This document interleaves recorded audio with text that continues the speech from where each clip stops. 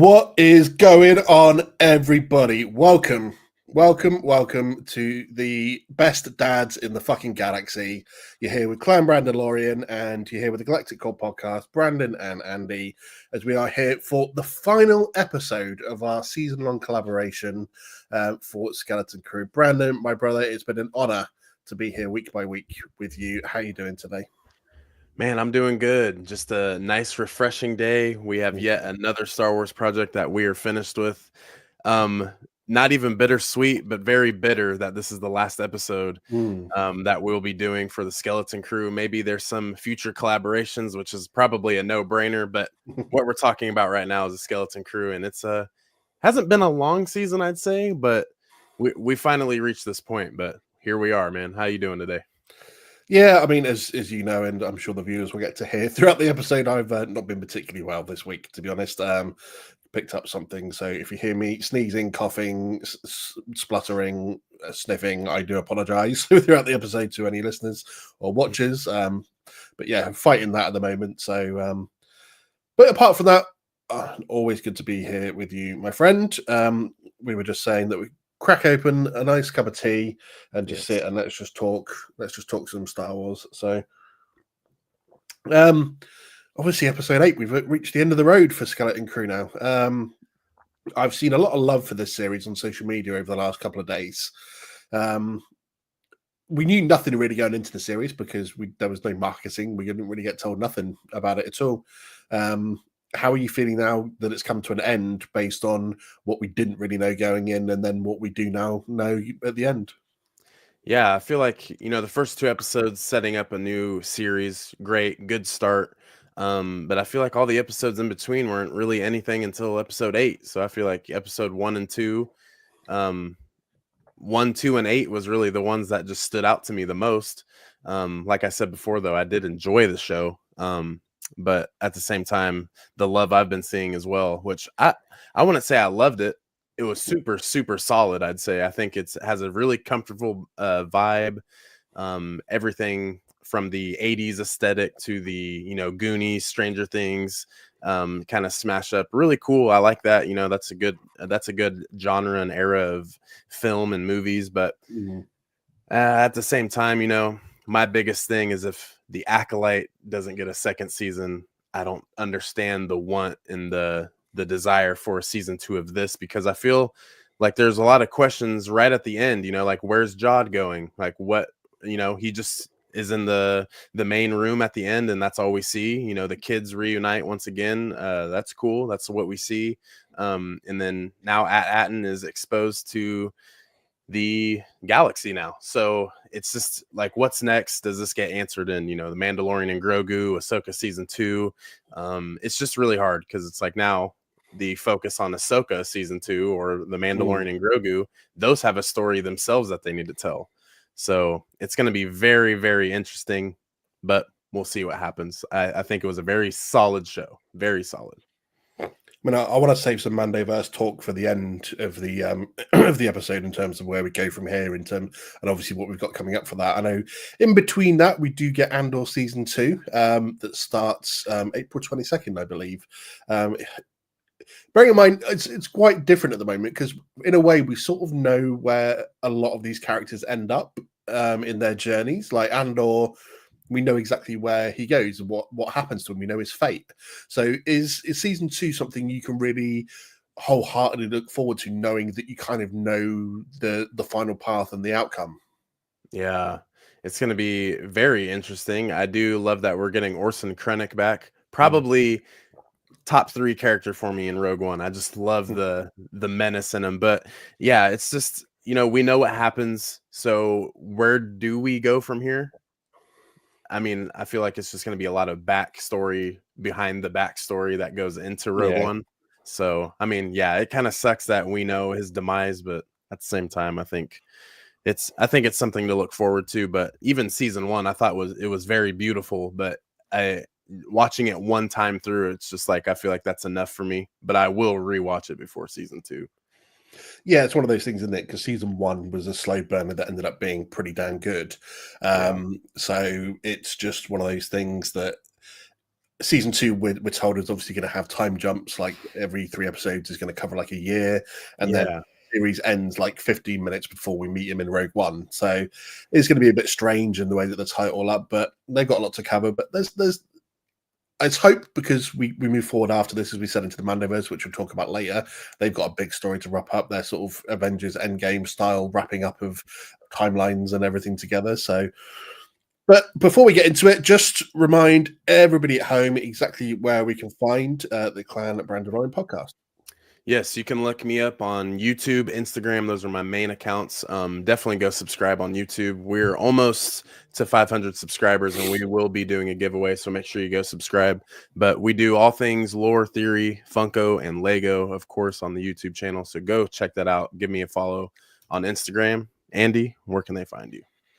So you'll find the Galactic podcast, social media across Instagram, TikTok, Twitch, and YouTube, where obviously YouTube you can also watch all the videos. I started doing a couple of shorts as well, just to have a bit of fun.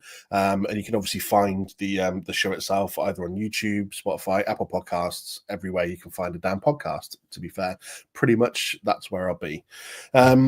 Got loads of stuff coming up. 2025 is going to be a fucking busy year, so keep tuned for that. I've got a really fun one to do. I mean, everyone knows I'm this Sunday, actually, I'm getting to do my favorite film review of all time. I'm reviewing Solo, a Star Wars story. Fuck me, that's going to be a long hour. So that's all good. And then obviously because I'm covering Marvel, DC, anything else sort of nerdy and geeky, that's going to be fun. The Why So Serious boys are coming on in a couple of weeks' time as well. We're going to be doing a comic review, actually. We're going to be doing Justice League versus Godzilla versus Kong. That's going to be a fun little comic to review. So yeah, lots of things coming up for the GCP in 2025. But we're here to talk all about the Skeleton Crew. So how are you feeling going into this last episode? Because obviously last week I was saying that I was feeling a bit down on it because I was just getting a bit bored with Skeleton Crew. It just wasn't really hitting the notes for me. It wasn't really getting up in there. And there was far too much story left to tell. They kind of did this thing where they left everything for me to be told in the finale. Excuse me. So personally, I was not thrilled about coming to this finale episode about the series as a whole. Definitely not a bad series. It just wasn't great for me. So I think they had a lot of ground to cover in the finale, and one of the better episodes of the series for me, but still wasn't quite satisfying enough because I came away with more questions than answers still. But how are you feeling, Brandon, about the finale episode itself? Yeah, the moment I sat down, I was like, okay, I need everything to go straight from the jump. And it did. You know, it was really cool that we got to see the supervisor within, the first 10 minutes, which is always great. You could feel you could really feel the anticipation going into this episode, understanding that the sense of urgency to get a lot more, backstories. Now we know Jod was kind of watched over by a female Jedi, and it's like, well, who could that be? And then finally seeing the supervisor, and I feel like we all kind of had a sense that it could be a droid, knowing that the authority on At-Aten is ran by droids. It was kind of cool to see that. And I think just hearing about the Jedi not being a thing and the supervisor knowing about that, I think that was what really caught my attention in this last episode, was just simply those words being, just discussed. So I thought that was really cool, really drawed me in. But I wasn't expecting the pirate thing to be this way. Everyone finally got on At-Aten. It was simple, it was clear, but it was more of a fast pace, and that's what I can appreciate for it. But like I said, I feel like episode 1, 2, and 8 could have just been in a span of maybe 8 could have been like the 5th episode, maybe 6th episode, and then we kind of go from there, like get Jod. But I know they're trying to set it up for a season 2, or it could end this way. From what I've been reading online. So yeah, I think it was a good solid episode to wrap up, and I think it holds a lot of weight for the series itself. Let's talk about the supervisor. lots of theories, as there would have been throughout this series, about different people and stuff. And the supervisor is one of the ones we chatted about, because we were like, is it going to be someone from maybe the Empire remnants controlling it? Is it just somebody random who's had succession of it because it's been hidden for so long? I feel, I don't, you tell me if you agree with me on this, but I feel like giving it as like a droid or a like an AI intelligence is pretty much a cop out nowadays, because it just precludes from having an interesting story to the person in charge, whether they're just a bad person that's taking advantage of the planet, or whether they had an intricate story for being there, or whether there's someone that generally wants to protect the planet but has gone about it the wrong way. Just having a robot in charge is just a way to cop out in a way, and just it's an easy elimination then as well, because all he had, as we saw, all John had to do was stick his lightsaber in it. Yeah, very reminiscent of Qui-Gon sticking his lightsaber through the doors of the bridge in episode 1. But apart from that, that's all he's got to do to eliminate the supervisor, and then you don't have to deal with him anymore. So I felt like that was a little bit of a cop out, even if it's great that Stephen Fry got to voice him. Yeah, I can look at it that way too. I didn't really.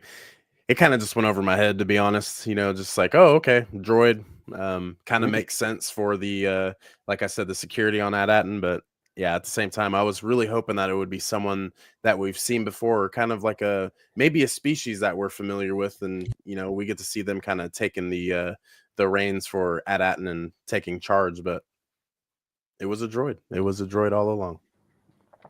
Just a couple of quick comments that we've had come in. So, JT Lovecraft, Brando Mando, getting the old guns in there as well. Thank what you up, man? Us, buddy. What's up, JT? And Amy also saying, if there's a world's worst pirate award, Vane wins it. I think that's fair. Man, it's so jumped from one pirate group to the other and been unsuccessful every single time. Yeah, that's the thing, though. Like, after watching the series, it's like, well, name a character that just sucks, and it's Vane. It's just like the dude, like, what has he done, We talked about this almost every week. Like, is this the connection we're supposed to have to the Mandoverse, because he was in Mando season 3 with Gorian Shard, and then he pops up here because he's obviously abandoned Gorian Shard to get shot down and killed, and then he's obviously joined another pirate crew, and then he's done fuck all here, and he's just pathetic. So it's just thanks Vane for, and we even got a Lego minifigure of him with his little ship, his snub fighter, and it was just like, okay, thank you for that pointless character. Didn't really need to see him ever again. Could have killed him at the end of Mando, in that end of that Mando episode, and it wouldn't have made any difference to this series. Yeah. One thing I was thinking, though, I mean, like I've said in previous weeks, the Lego is phenomenal. It's great. But what I was thinking was, what if they had the skeleton crew kind of take place before Mando 3? So, Brutus is kind of the big guy right now, and things happen in Skeleton Crew, and then he goes on, joins Gorian Shard's force, and then we see what happens in Mando 3. But that's the thing, though, is it's like I love these pirates coming in. It's a really cool aspect, because you think Jedi, Sith, and bounty hunters.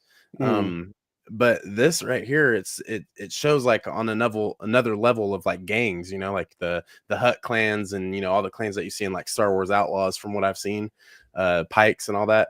It's the pirates have their own kind of like subdivision to where they can, wreak havoc in the galaxy, and they're another strong, a stronghold. But it's just like they come and they go so quick, and it's just kind of, it shows how weak they are. And I wish they kind of would have won in a sense, Yeah, I think they needed a little win somewhere to make it a bit more perilous. Like you said, this episode could have been a couple of episodes before, and therefore you have more of a played out story where the pirates have taken over At-Atin for a couple of episodes, and then they have to fight a bit harder to get it back. It was all over a bit too quickly.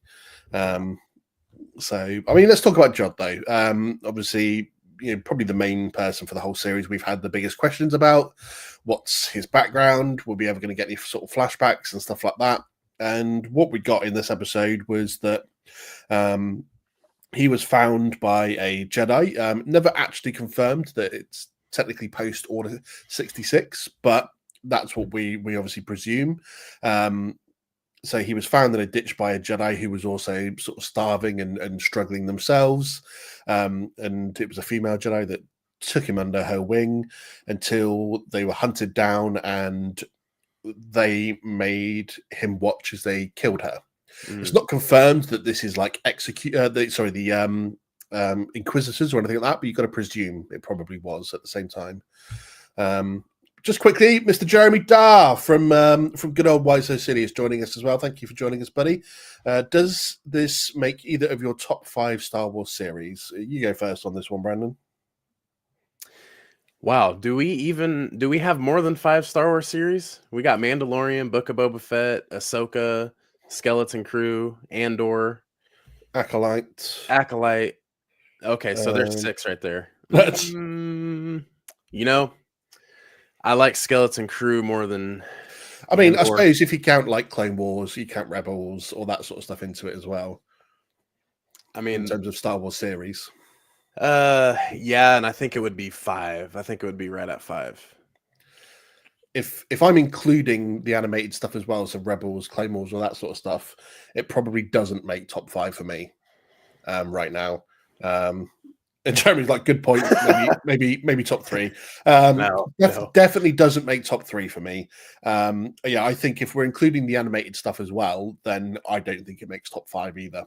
Yeah, if I'm honest with you, I think we already discussed solid enough series.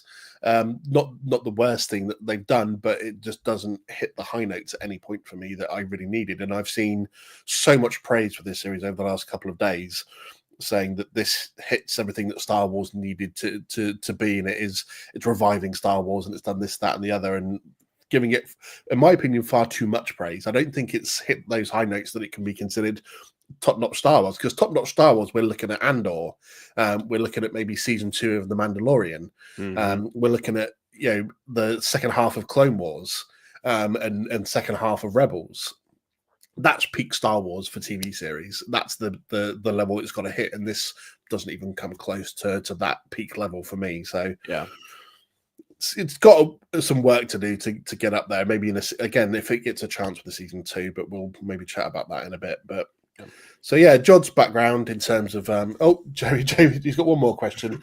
Got a bit bored in the middle, so I haven't seen the last 2 episodes. I heard it picks up again. Is that true? Yes. The last one will really ramp up, man. I will say. That's all I'm gonna say. Yes. So episode 6, was that one of the the real filler episode? Was it episode 6? I can't remember. Yeah, I think episode 6 should have been the one.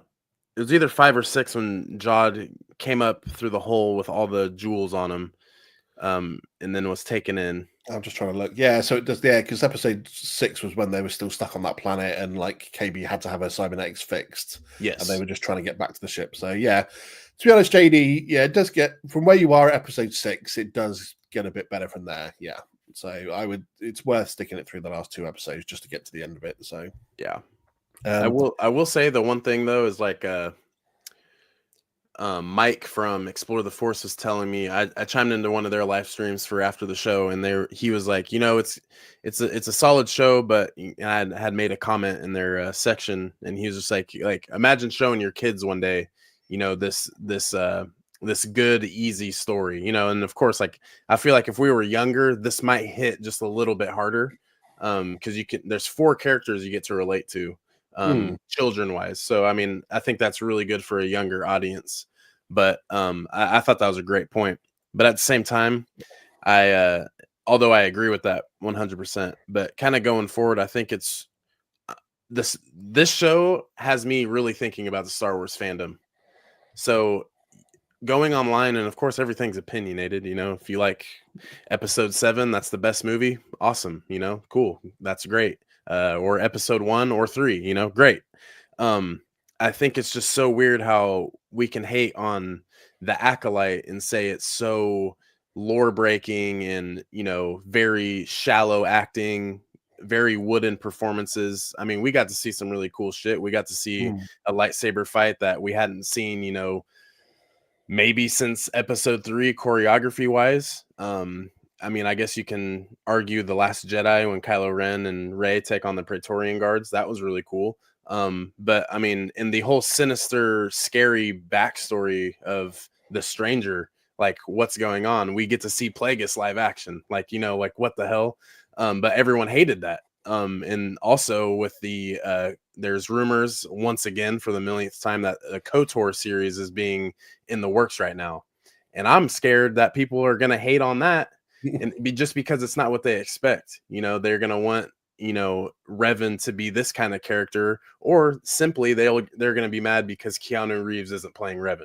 There's gonna be some things that are just really throw it off, but it's just weird how this was such a simple show that I enjoyed, but everyone loves it. It's just I don't understand where everyone's likings are at. But like I said, it's not a bad thing. It just makes me really think about what's good and like what's not good as a whole. Yeah, I guess everything is going to be age subjective, isn't it? Because, like you said, this is probably a great show to sit down with your young ones who may be like between the ages of, say, like 7 and 12 or something, and have them relate to maybe these young kids and what they're going through. So I guess everything, it's the younger ones are probably going to enjoy this more than my old ass is going to enjoy it, because I want a bit more excitement. I want more Sith, I want more Jedi, I want everything going on there. So I think that's a fair point. The young kids are going to enjoy this probably more than the adults have, and you have to remember that sometimes it's everything's going to be subjective in terms of where you feel or what you like. Because, like you said, if you're doing a KOTOR series, is everyone going to like that? Because is it going to be done to their liking because they're so used to all the novels and the games and everything that we've had before? The same way that people hated on Luke in the sequels because he wasn't Grandmaster Luke, and everything like that. So unfortunately, we know that Star Wars is up there and has some of the most toxic fans around, and they're always going to be out there voicing their opinion.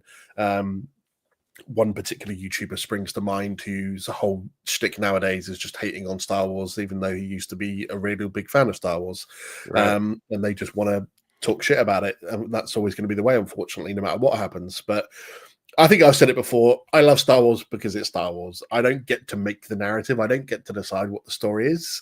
I'm here to sit back and enjoy the ride. So, there's going to be ups, there's going to be downs, there's going to be things I like and things I don't like. But I'm not going to sit here and completely slag Star Wars off, or Lucasfilm off, or Disney off for making something that wasn't quite to my liking. Because at the end of the day, not everything is going to 100% be that. If I want to do that, then I need to earn billions of dollars and I need to buy Lucasfilm, and then I can write the narrative myself. Until that happens, I've just got to shut the fuck up and enjoy the ride. Doesn't mean I can't. Obviously, if something is really bad, we're going to criticize it. We do run podcasts at the end of the day. Yeah, I know you're Mr. Positive as well, Brandon, but at the end of the day, sometimes we have to speak out about things that aren't necessarily great if they have been really badly done, like writing and dialogue and acting and stuff like that. But at the end of the day, stories as a whole, I'm here to enjoy it. I'm not here to overly think and be overly so negative about it that it turns toxic. That's not what I'm here for. And I can't stand shows and reviewers and stuff that do that, because what's the point? Why are you here to be so miserable? Right. Go and sit in your corner in your basement and just rewatch the original trilogy, masturbating to it all the time, if that's what you're really going to be like. So just leave it to the rest of us. So sorry, that's my random rant, I guess. So let's get back to John. His story revealed that he was taken in by a female Jedi, and he was forced to watch her be killed. So the chances are he's probably not really had any proper like Jedi training. He obviously seemed that he does have some ability with the Force, even though there was probably doubt throughout the whole series whether he was still, because the kids obviously kept on this thing that it's a trick, it's not real, he's somehow using devices to do it. So always had that sort of planting that seed that it still wasn't real. But I think that last episode shows that he does have it, but at the same time didn't seem particularly or necessarily strong in the Force, because he's struggling to stop Wim's dad's hand from like hitting the barrier button down and stuff like that. So, interesting that we finally get that bit of history and that he is Force sensitive, but he's not necessarily a survivor of Order 66 himself, and doesn't seem to really have had much training. And that's probably the first lightsaber he's ever held in his life as well. He didn't seem particularly like efficient with it. So what were your thoughts on finally getting a bit of backstory to him?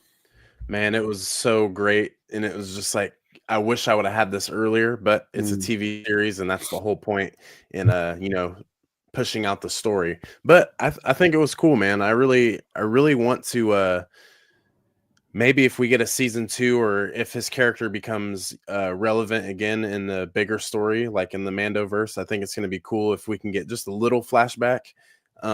Maybe it's someone that ran across Grogu as well. You know, his mind went dark at some point after Order 66. So, and maybe even seeing another Inquisitor again. You know, the first thing I thought was maybe, you know, the Grand Inquisitor was telling Reva that they found her in the gutter. And basically I thought that would be really cool, as if, you know, her and Jod were together at some point, but, you know, at the end, when we find out what happened with this said female Jedi, it can't be Reva. So I just thought that would have been cool. But, you know, when he was talking about a hole in the ground, the first thing that came to my mind was Utapau.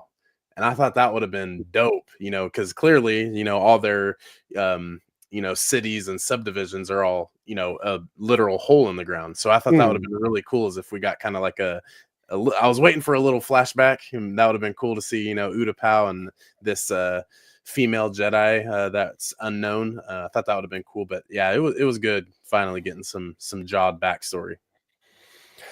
Again, in one of those situations, Dave, that kind of has left me with more questions than answers to his situation. I mean, first and foremost, I don't like how they ended it in terms of just leaving him overlooking the city. And it's like, okay, does the New Republic come in and arrest him because they were after him under a different name anyway? Does he manage to escape the planet? You know, you're setting things up okay for a season 2. It seems like, or maybe his appearance into the greater Mandoverse, because he manages to maybe escape and appears somewhere. But then with his whole story of like, if him and that Jedi were picked up by the Inquisitors, why wasn't he brought into the Inquisitor program? Maybe if they looked at him and went, okay, is he force sensitive? Why kill the person or the Jedi that's looking after you in front of you, but then you just let him go? Did he manage to escape? And that's why he became a pirate, because he's just avoiding all that sort of stuff. Obviously a bit of trauma for him, because, you know, the person that effectively maybe saved you and looked after you is then killed in front of you. But at the same point, it's like, what's really going on with him? I think they gave us a little breadcrumb of information, and then you've just got a massive chunk of that still missing in terms of what's going on. But we've got Sir Speed Reviews, Star Wars channel. Thanks for joining us. What's up, Eric? So, hey, Brandon, Andy, it would have been nice to get a brief flashback, but an explanation of his past was all right. It's obviously what we're discussing now. But do you not feel that, like, we got given maybe a small chunk of it, and then there was just a massive part of his backstory missing? Yeah, man. You know, what's up, Eric, though, by the way? Thanks for chiming in, man. But I just think it was, like, the way you put it at the end, it was all right. Yeah, that's probably what I'd say. It was okay. It was all right. Just because, you know, as Star Wars fans, we're always expecting those flashbacks, because, you know, we got episode 1 through 6, and it told, you know, the greater range of story with Anakin Skywalker / Darth Vader. And now all of these things, especially with Disney, is it all seems a little expanded in the story, and it's just branching off in different directions, but then ultimately tying it back into what George Lucas created. It's always beautiful, you know. So I was at least hoping for that little Disney backstory, just to get a little bit. But yeah, it's okay. I think that would have really capped it off if we could have seen something from a time before. But it was all right. We'll get onto the kids in a minute, because there's something else I wanted to sort of maybe run by you, which was when Jod's talking to the supervisor. He obviously says that, you know, I'm an emissary of the Republic and a Jedi. And the supervisor's like, funny, because the last message we got from the Republic was that all Jedi are traitors. So you're lying about one of them. Which is it? And obviously, you know, he takes out the supervisor after that. But it leads to an interesting point of, we were wondering how long had At-Atin been cut off from the rest of the galaxy. Some people are saying, so we know that the last message they received was about essentially Order 66. But it doesn't mean they haven't been cut off for a lot longer than that still, because I'm pretty sure that message went out to everywhere in the Republic about the Jedi being traitors. So just because they received that doesn't mean that they were still in the loop. So it brought to my mind an interesting question that, say, if At-Atin's been lost to the rest of the galaxy and been sort of forgotten by the Republic about for the last few hundred years, then okay, fair enough. They've been out of sight, out of mind. It's nothing to it. But if they were still in the loop in terms of they were part of the communication system for the Republic, and so therefore they're being sent messages, technically the supervisor is the one that can send messages out, because that's what they said, communication outside the barrier can be done by the supervisor. Would have Palpatine as the Supreme Chancellor, who's been Supreme Chancellor for 10 years at the fall of the Jedi, if he knew about Atatin and the fact that they had a massive storage of credits on there, why didn't the Empire take advantage of this? Right. Because the Empire but the Empire were known for plundering every planet in the galaxy and taking all of its resources, mostly to go towards the Death Star, but obviously to fund and the Empire and everything that they did. So if you had a planet, I suppose it gives credence to the fact that they were probably lost for centuries or had been forgotten about for centuries. Because if the Empire knew about them, they would have gone there and they would have taken all those credits, wouldn't they? If you've got 1,200 volts worth of credits, the Empire surely. So it was just something that, did Palpatine know about it? And if so, why did he ignore it? But I guess it gives. I've answered my own question in a way before I've even asked you for your opinion. But what do you reckon anyway? Yeah, same thing. The only thing that I could think of really to where he might have not had interest in was simply just because I mean, all those credits, I mean, would they have worked at that time? And especially with them being Old Republic credits, I wonder if those would transfer too well, or if they hadn't had worth yet during the time of the Empire. That's the only thing I could think about. But even at that, it still seems kind of like a stretch. But I feel like it would have just been super easy for, Palpatine to maybe have like 5 or 6 Death Stars if they were able to scavenge everything off of AT-AT. And so maybe that would have just made him too like OP at that point. So maybe it was a good thing he didn't find AT-AT. Yeah. So I guess it's probably been lost for a while. But then again, it still means I want a bit more of the story of like, at what point were they then sort of left to it? What happened to the other planets that were part of that little network? Because obviously we got to visit one of them and we knew there were others. And so, why were they destroyed, but Atatin was left alone? Who did that?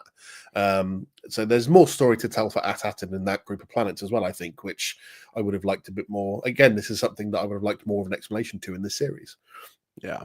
I guess it was kind of left to it, and I just want to know more. Why were those planets destroyed? Why was Atatin left alone? Is it because the planets didn't have the barrier, or did the citizens shut down the barrier like they did at the end of this series, and therefore left themselves open to being attacked and destroyed? And so I think there's still lots of things to answer really about the mystery of the planet and what's cracking. But yeah, what about the kids? Let's chat about the kids, shall we?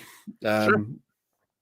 So I think this episode sort of focuses more on Wim and Fern and their actions, because obviously it is titled The Real Good Guys at the end of the day, and every step of this episode they were wanting to go against Jod and tell their parents what was going on, but they couldn't because of the security droids and stuff like this. And obviously they want to make the effort at the end to sort of fight him and stop him, whereas the parents are sort of more into letting him do what he wanted to do. Yeah. And we even get that shot at the end where they're sort of standing side by side and Wim lights up the lightsaber. A reverse maybe of a few episodes before where he did it into the ground instead, which I still maintain that's like 90% of us with a lightsaber would have done that. Yep. What were you thinking then about the well, I guess technically the heroes of the series? Yeah, it kind of shows how them being stranded on this planet their whole lives, and even their parents didn't even seem that they knew what they were doing for this finale, or even the whole episode. I think probably KB's parents were probably the ones that had the only feeling that KB was smart enough to overcome the pirates and Jod in the entire situation. So it just seemed like everyone who's resident of AT-AT was super kind of soft and controlled in a way. So just I don't know how long it was in days and weeks for the series, but I mean, each week the kids are out in the galaxy seeing, places that they have never probably could have even dreamed of. And they come back and, are the heroes essentially. They've seen things already just in the short period of being outside of AT-AT in a way. So I think also them being kind of betrayed back and forth by Jod, that also gives them a upper hand too. And plus, in my opinion, I think KB is the GOAT of the kids. I know everyone loves Neil. Wim kind of has the whiny Skywalker look to him until the end, and then Fern is just kind of like the misfit of the group. But I think KB's I think she's the stronghold of the group. Yeah. I think she, especially being cybernetic. I think that's really cool. I enjoyed all the children in this episode. I thought they did a really good job and coming out on top, being the heroes at the end, even though they're referring to the X-wing as being the good guys. I think they're the good guys as well. So it's a good point for the story. I think the kids did a really good job. Plus the acting, phenomenal in my opinion. I think they did a really, really good job. Yeah, I think it was a really good end for them, to be fair, because everyone sort of puts aside everything. Like Neil was always the sort of the soft, reluctant one, and he's there jumping onto a turbo laser at the end to shoot at the pirates.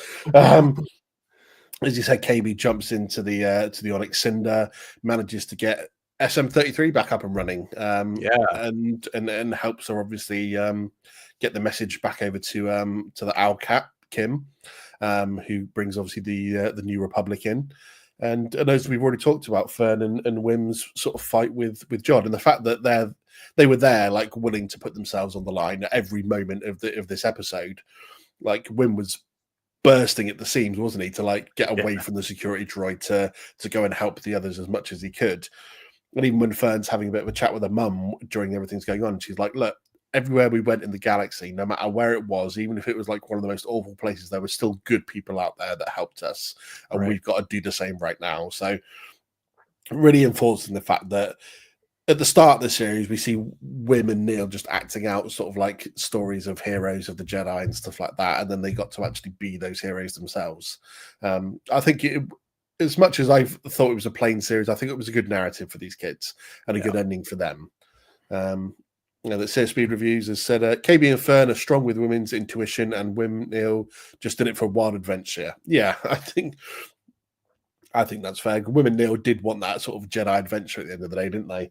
And the girls were like were very strong-headed with what they wanted to do and how they wanted to go about things. But yeah, I thought that it was a good narrative for the kids in the end. I'm not feeling crappy, to be fair, about how their stories ended in this one. Again, I don't know where you go in a season 2 with them. I don't know how you make season 2 about them, and maybe the fact that the barrier is now down and they get to go out into the galaxy somewhere and stuff like this. So we could come up with a million different stories for them, couldn't we, in terms of what could happen for a season 2? But the arrival of the New Republic. So KB calls Kim. Kim says, right, let's get the X-Wings in. We get the X-Wings and we get the B-Wings show up as well. Yes. Nice little Rebels hint there, I thought, because we got to see the laser gun that we see in Rebels as well. I love little bits like that, to be fair, when that happens.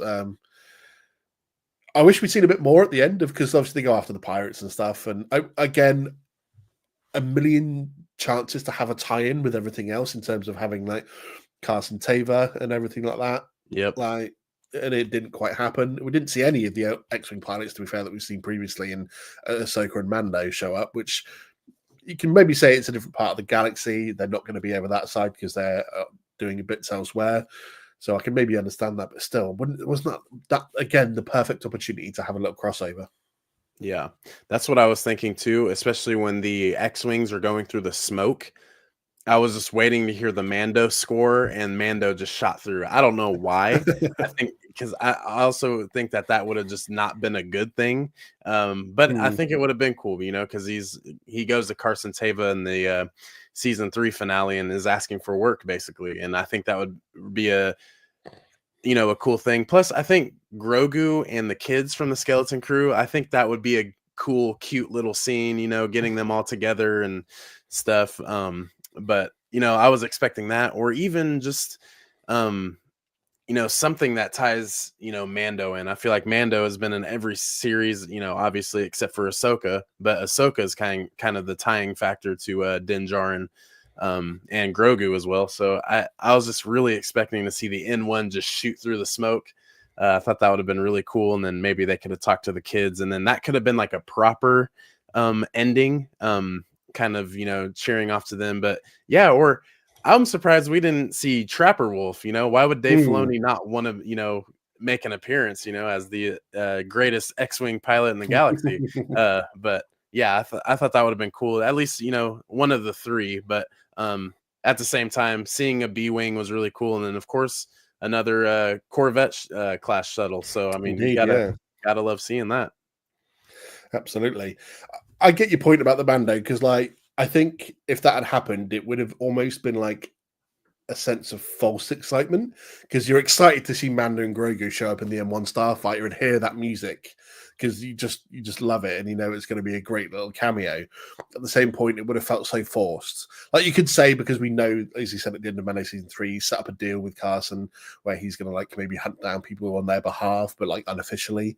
And he's just made a call to him going, oh, you happen to be in that region at the moment. Can you pop over there and help out? But yeah, it still would have felt maybe a forced connection that wasn't needed. But still, it would have been lovely to see it.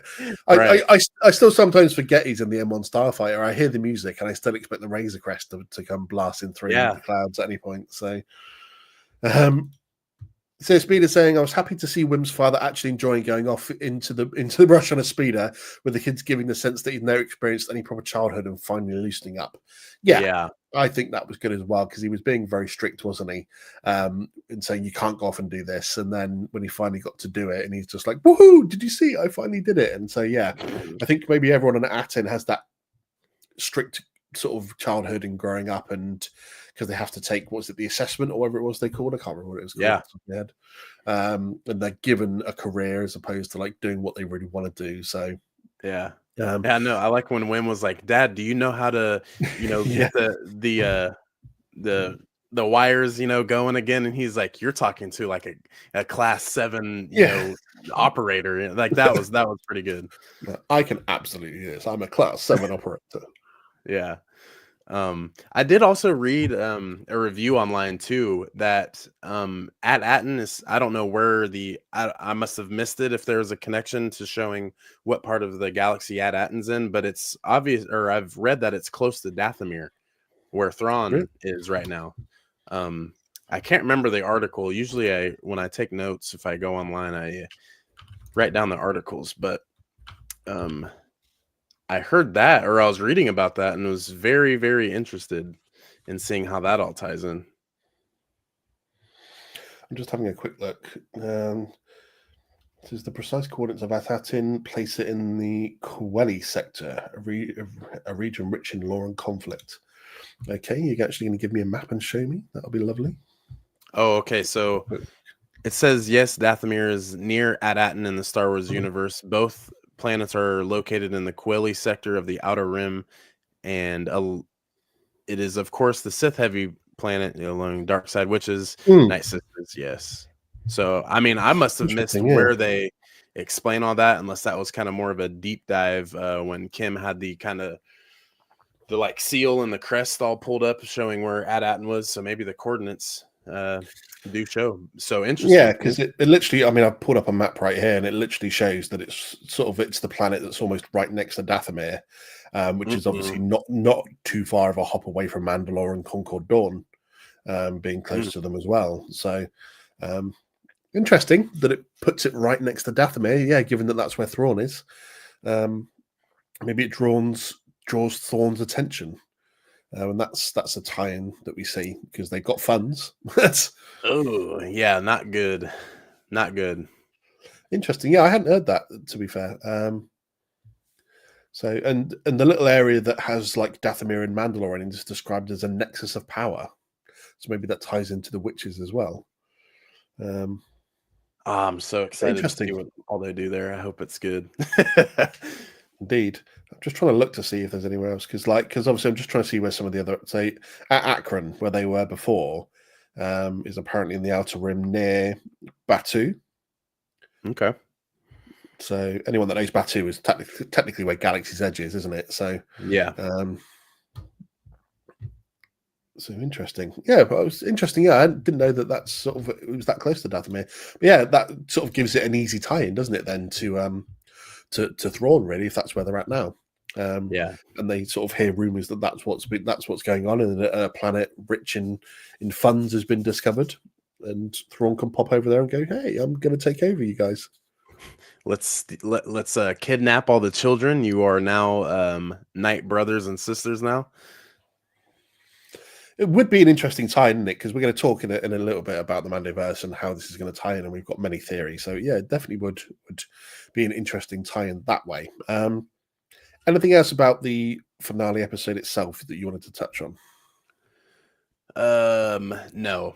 I just do. I think that the ending, it was just kind of like, okay, we got a good hero ending. At the same time, I was really hoping to just at least see a familiar face, Trapper Wolf, Carson Teva, maybe Zeb. Um, of course, Din Djarin and Grogu. I thought that'd be cool, but at the same time, it ended. I don't think I'm not saying it's deserving of a season 2, but I just don't see where they go from here. I feel like it's just all we need is like maybe 5 minutes in the next project to maybe Kim is the one that connects them. She's obviously in talks with the New Republic.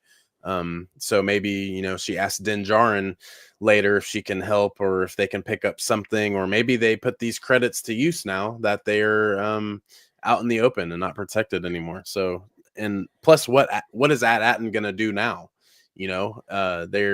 Everyone is going to be living a completely different lifestyle. I bet you start seeing bars and stuff just pop up on every corner now that they're free and can do whatever. I think, it's not really going to be a good place since there's no supervisor now. I think that's what was really keeping that planet upheld. But at the same time, we'll see at some point. And the barrier's gone now, isn't it? So Yeah.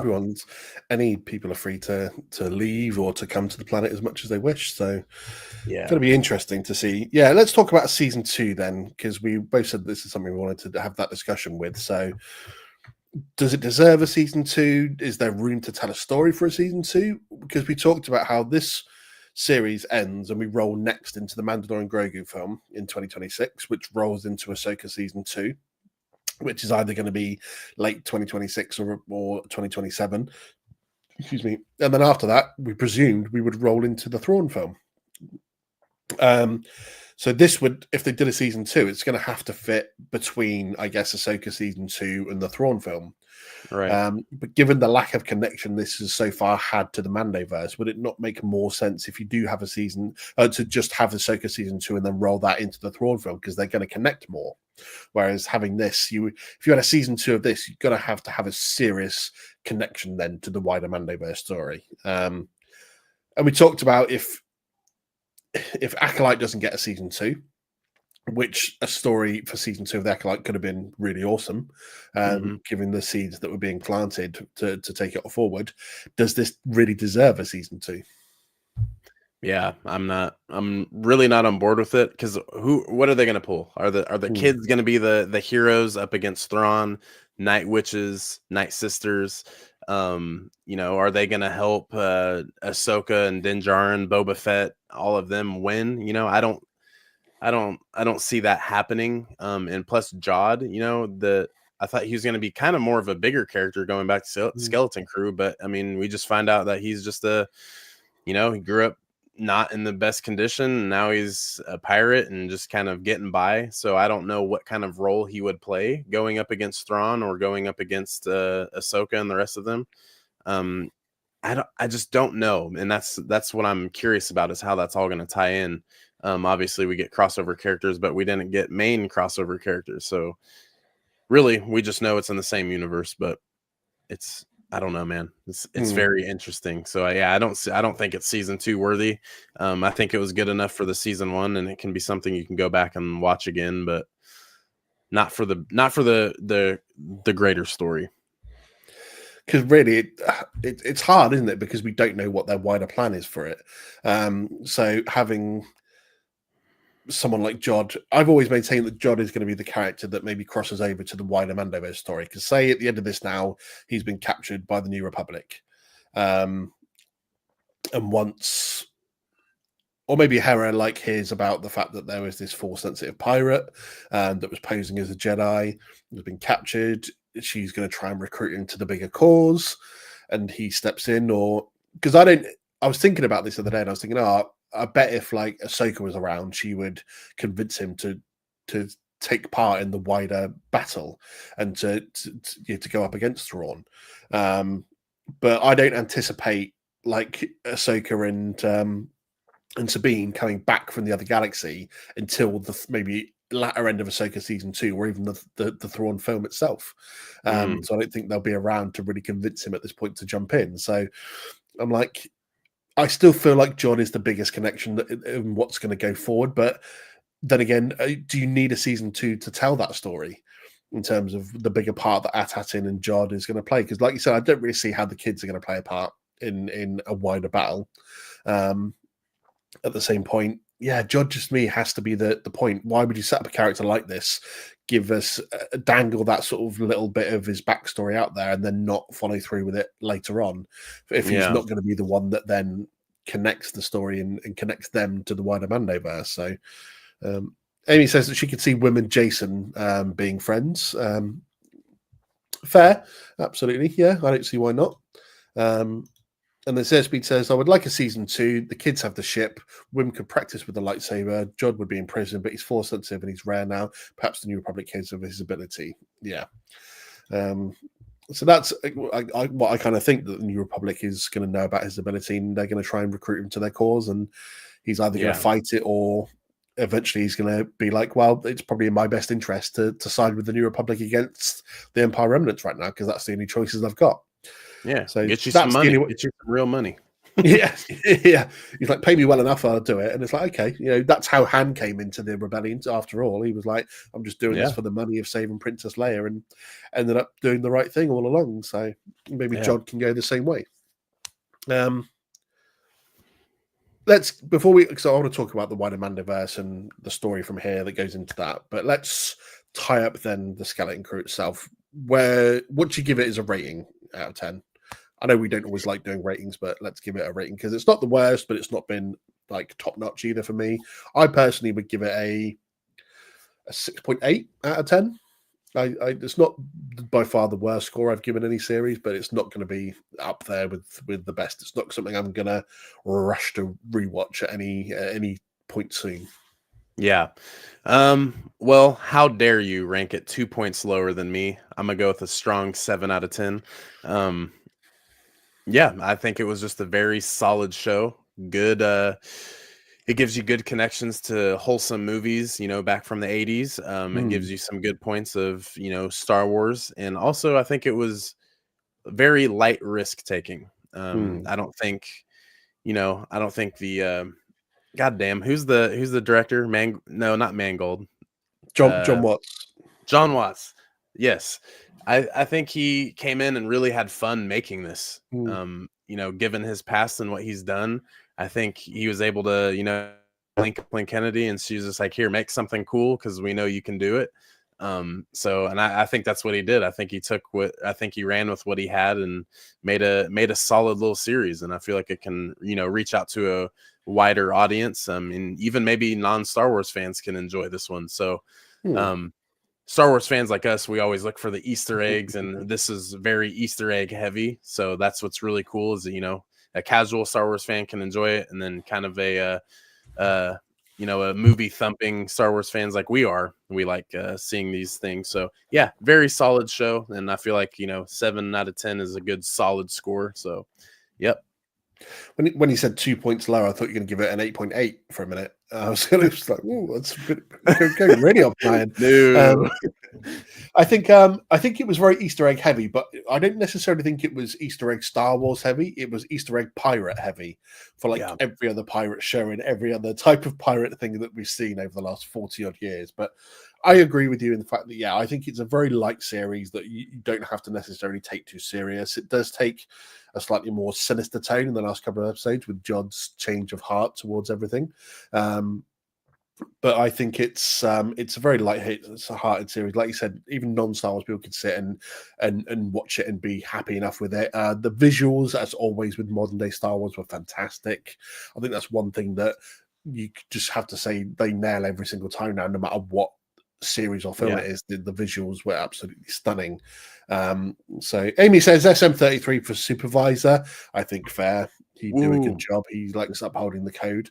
Just connect his head to the motherboard and let him run everything. You mean like they did it with the droid in Solo into the Millennium Falcon? They just connected their head, didn't they? Yep.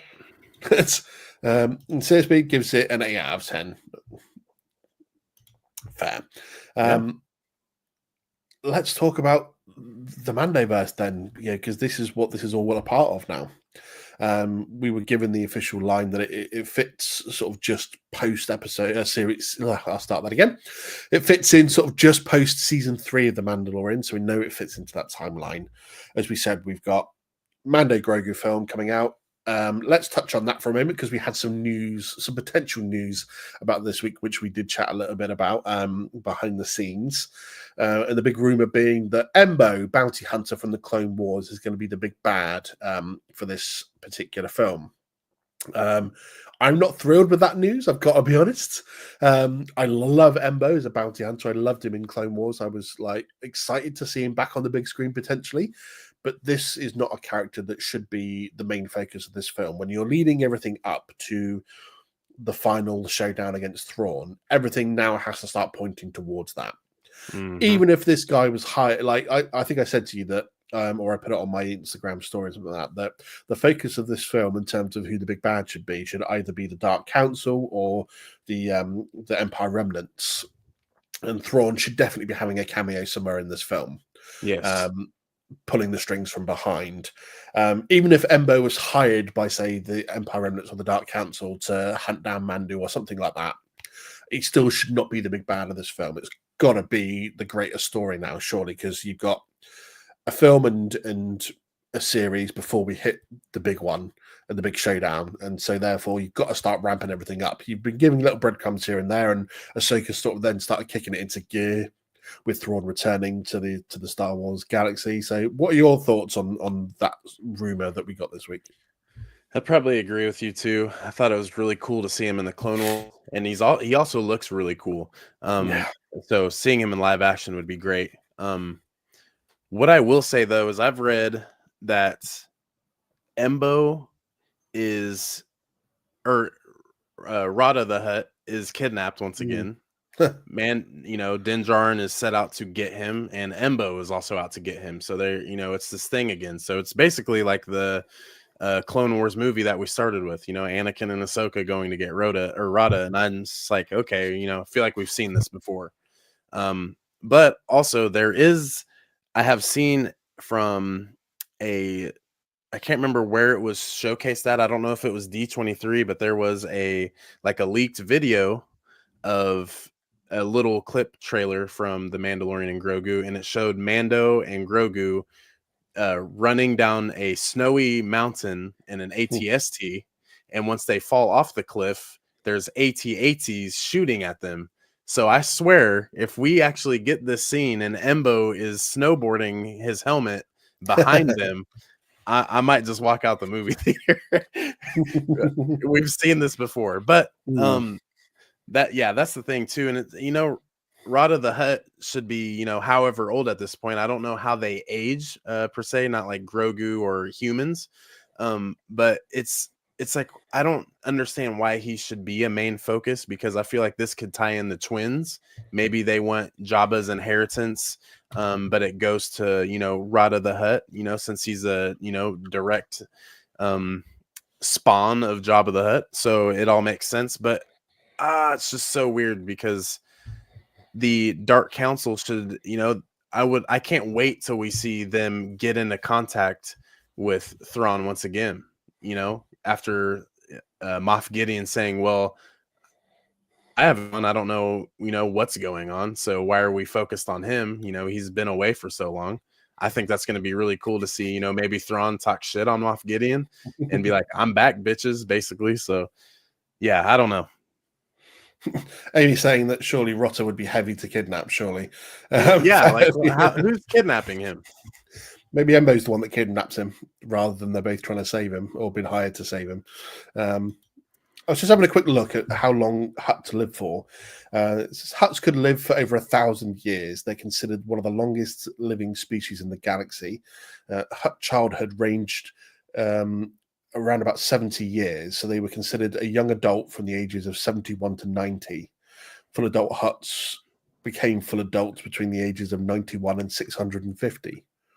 Oh my god. So theoretically, Rotter could still be considered in his childhood in this film, because he was a baby. I mean, we don't know exactly how old he was in that original Clone Wars film, but yeah, if he's 70 before they're considered like a young adult, then he could still be considered in his childhood at the moment, and not worthy of having taken over Jabba's position. Well, yeah, sure then. Yeah. Which would be interesting. And then Sir Speed saying, I would like to see Pocket the Bounty Hunter more, throw her in the Mandalorian movie. Yeah, Pocket, she was the one from the Spar episode, wasn't it? Yeah. Of Skeleton Crew. She was definitely interesting. I definitely would like to see her appear again, but again, not just as like a random connection thing, like give her a little role in something. Because then you can build everything up as a bit more of connectivity that way, can't you? So, yeah.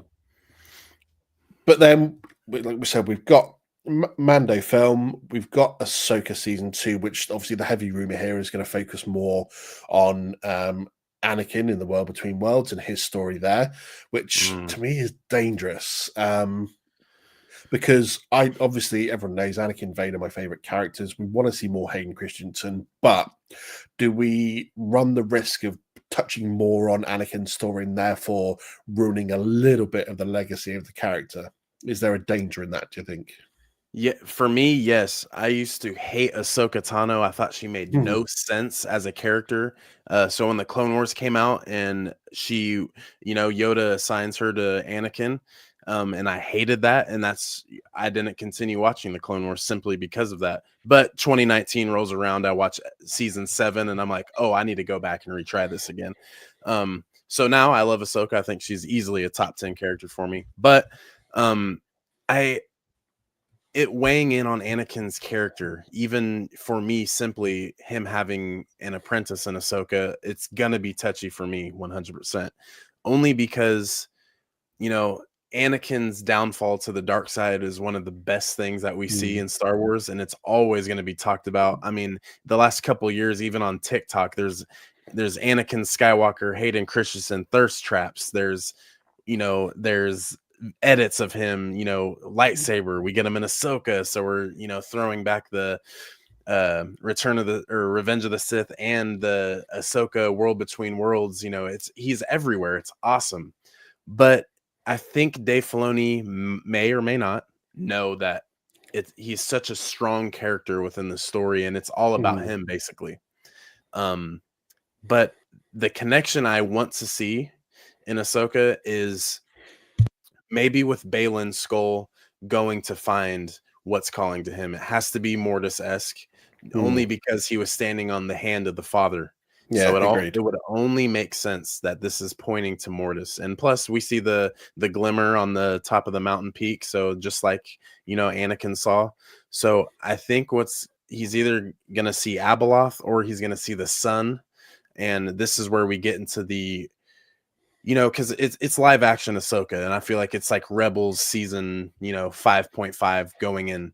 So maybe what happens is we get Ahsoka telling the story of Mortis, or maybe Baylan sees a version of Mortis, and this is where we see Obi-Wan, Ewan McGregor, coming live action. Like that's also been leaked, and then we see Hayden Christensen and Ahsoka.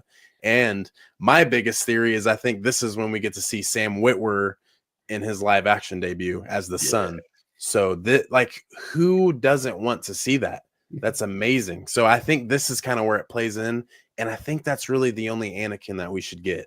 But him being a Force ghost at the end of season 1 of Ahsoka, overlooking Sabine, Ahsoka, and I can't remember the little crab people, but them kind of camping out, him looking over them kind of scares me, because it's like, don't use him too much. Yeah. Because then it just kind of takes away, everyone was worried about Osha and May taking away Anakin's chosen one legacy, but it's like they can mess this up right now, so just throw him in a little bit, the Mortis flashback would be everything.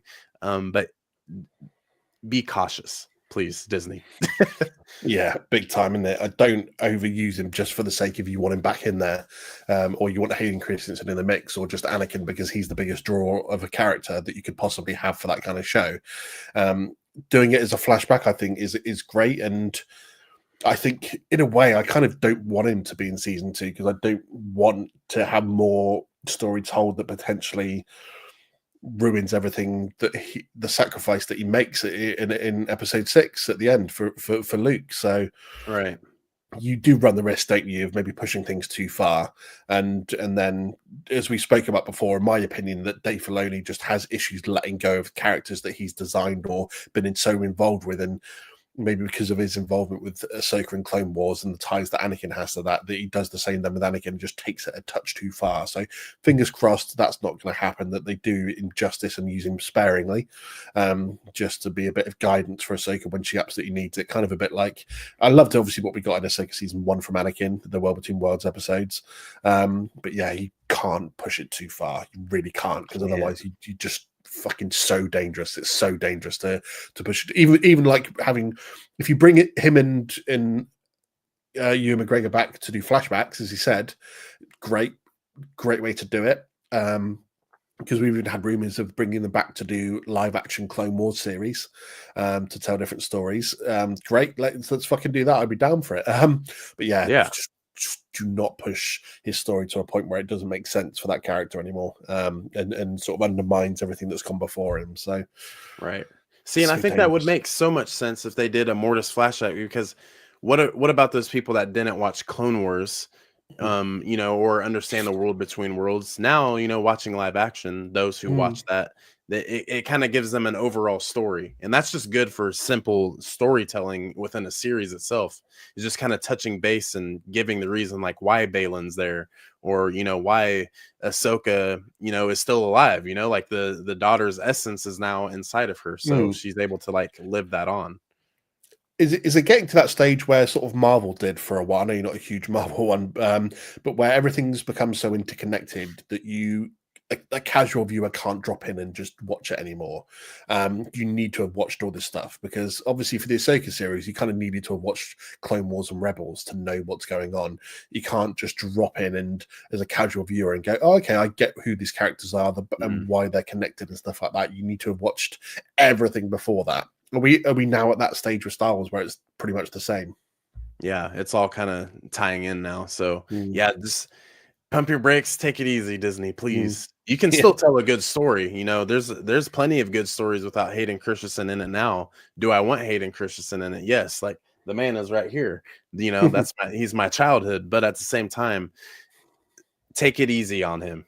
He's finally back in the light. He's in series again, and even at first seeing him in Ahsoka, it made sense. It's Ahsoka. Her master was Anakin Skywalker. But even after the Kenobi series, where we get Hayden Christensen and Darth Vader once again, it was just kind of like, oh my God, we're getting Anakin again here in Ahsoka. So it's just like, all right, guys, take it easy now. Don't burn out. And then, of course, we got the news that Baylan Skoll has been now recast, Yes. which we knew was coming. Rory McCann, most famously, I guess, known for his role as the Hound in Game of Thrones. He's a great actor, to be fair. I think he'll do the role justice. So good luck to him with that, to be fair. Yeah, I've never seen him in anything, so it'll be interesting to see how it all works. Yeah, I mean, obviously, Ray Stevenson did such a good job with season 1. It's going to be hard to replicate that, to be fair. And they've got to give a crack, because he's obviously got a story to tell, and they wanted to continue to do that. So fair play to them for taking it on and having a go at it. So anything else you want to mention about the Mandoverse in terms of that moving forward? Because obviously it's all going to be pockets of news now, isn't it, into running up. I just need to get to that Thrawn film.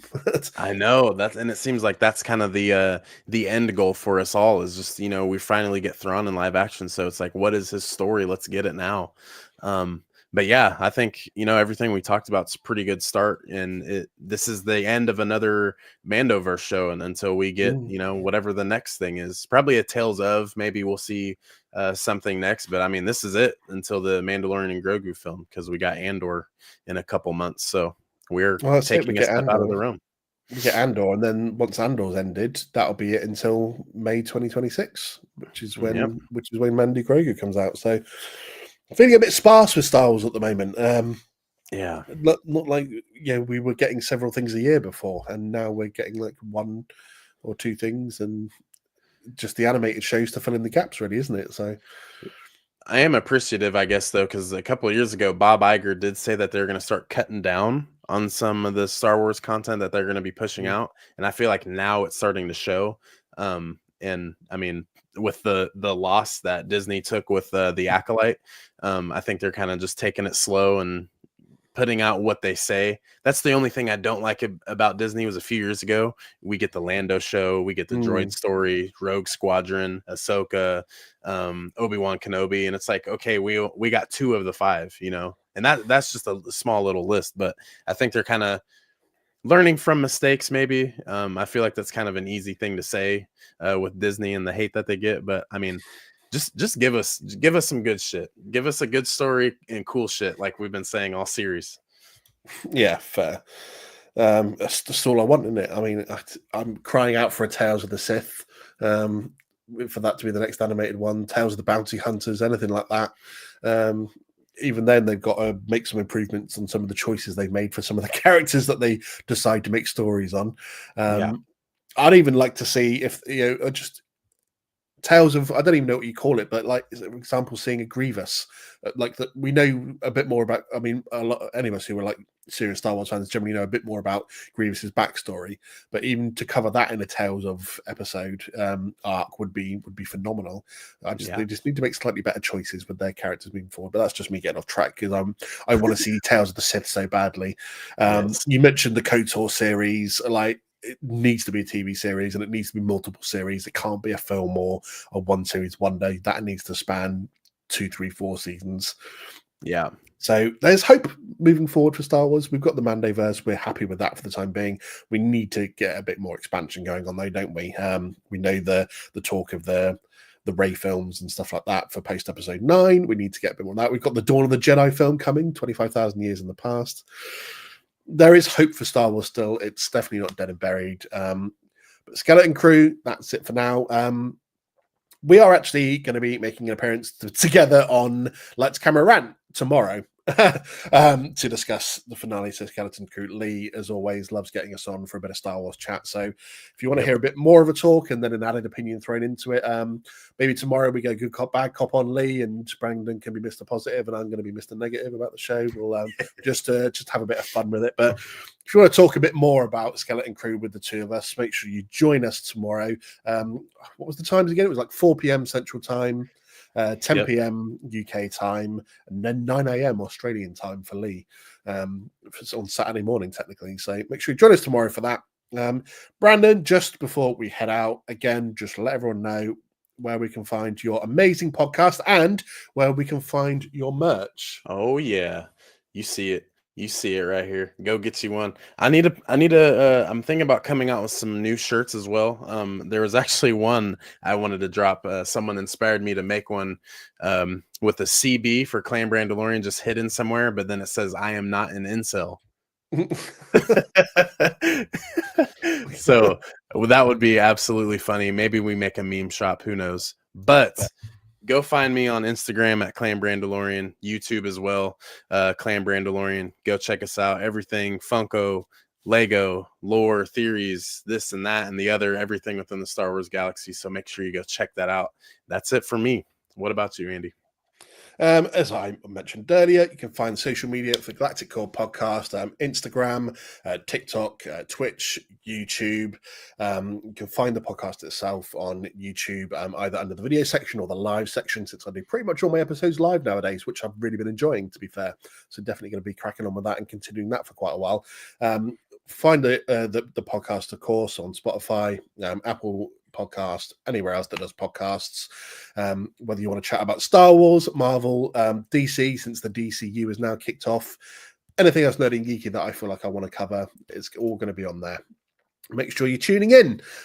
We, of course, it's not the last time you're going to see us together. That's for damn sure. We're going to be back collaborating at some point. I know I've got plans that I'm going to be hitting Brandon up with in the future. So make sure you're here for that. But it is Brandon. Thank you, buddy, from me to you for you were the one that came to me with the offer and said, Skeleton Crew, man, let's do every fucking episode together. Let's react to it every week. I've absolutely loved doing this. I really appreciate the offer, buddy, to have done this. It's been a fucking joy to do this with you. Yeah, man. Week. Absolutely. And I knew too, a brand new show. Let's get a brand new look on it going live with you every week. It's been a blast. But yeah, like you said, that's no sweat. We'll be back once again, everybody. In fact, we'll be back tomorrow on Lights Camera Rant. So tune us then. Until next time, though, as always, everyone, the Force will be with you always.